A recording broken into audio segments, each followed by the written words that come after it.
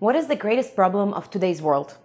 Is it climate change, growth of global populism, fake news, or risk of terrorism? There is one pattern beneath the surface of all of these great global threats, which makes everything even worse. It is the certainty of one's own opinion. This certainty often leads to the inability of critical thinking and rational argumentation. The core of this bias is the so-called danningkruger effect. In simplicity, this effect could be expressed in the graph. On the horizontal axis, there is knowledge, and on the vertical axis, the degree of self-certainty.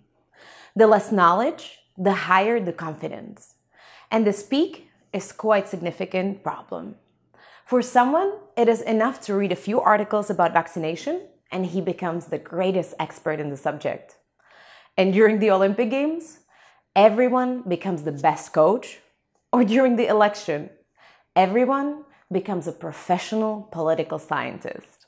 After the first peak, however, with increasing knowledge, the level of certainty decreases. One begins to see that things are not black and white, and that they are far more complicated than it seemed at the first sight. Education leads to humility. After reaching a certain amount of knowledge and becoming an expert, one's confidence starts to increase again. But it will never reach the level at which it was at the beginning. Charles Darwin said it very simply: ignorance more than frequently begets confidence than does knowledge. Bernard Russell, the Nobel Prize winner, went even further. He said the whole problem in the world is that fools and fanatics are always so certain of themselves, and wiser people are so full of doubts. This phenomenon has attracted researchers David Dunning and Justin Kruger. They took a group of students and tested them in several independent domains: grammar, sense of humor, and logical reasoning. In the second step, they let them evaluate how they thought they performed. Almost all students rated above average on a scale 1 to 10, somewhere around 6 to 7. Furthermore, it uncovered two important trends. The worse they were, labeled as incompetent in the study, the more they overestimated themselves. On the other hand, those who were competent tend to underestimate themselves. One explanation for this is that if someone is competent, they expect the same level of skills from the others, and therefore they evaluate themselves worse. But another part of the experiment was even more interesting. Participants were confronted with their results and asked again to conduct a self-assessment. For those competent, it has led them to evaluate correctly and objectively. For what happened with the incompetent ones? Nothing. The conclusion of the study is: incompetent people tend to overestimate themselves very highly. The second problem is that it is impossible to explain to them that they were incompetent. If someone is unable to use logic, you cannot use logical argumentation to explain to him that he cannot think logically. If you have ever tried to explain to a stupid person in an online discussion that he is stupid, you already know that it is impossible.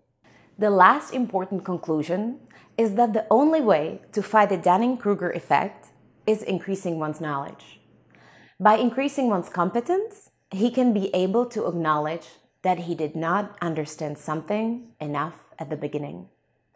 And at the same time, it is essential to teach people humbleness. Have you noticed this effect with others? In an internet discussion, on social media? It is always important to admit that all of us are subject to this effect and that we need to ask ourselves how we can avoid it. So therefore, we have these 5 tips for you. Wisdom means to say, I don't know, I'm not sure, or I was wrong. Humility is a virtue, while certainty is often a symbol of ignorance. Develop your knowledge. Educate yourself. Be curious. The more you understand the subject, the less you will be succumbed to non-objectivity. Watch out for confirmation bias. People tend to look for information that confirms their views. For greater objectivity, the opposite procedure is better. First, examine arguments on both sides, and only after form your opinion. Do not fight while arguing. Do not use argumentation fouls. And definitely do not insult others. On the other hand, approach the other side with respect and slowly try to help them understand the complexity of things. Search for the truth together. Always admit that you can be wrong, and always acknowledge that you might be subject to the Dunning-Kruger effect yourself. As Václav Havel said, follow those who seek the truth, but run away from those who have found it. Thank you for watching. Subscribe to our YouTube and social networks. And in order to make the world a little better place, please share this video with as many people as possible.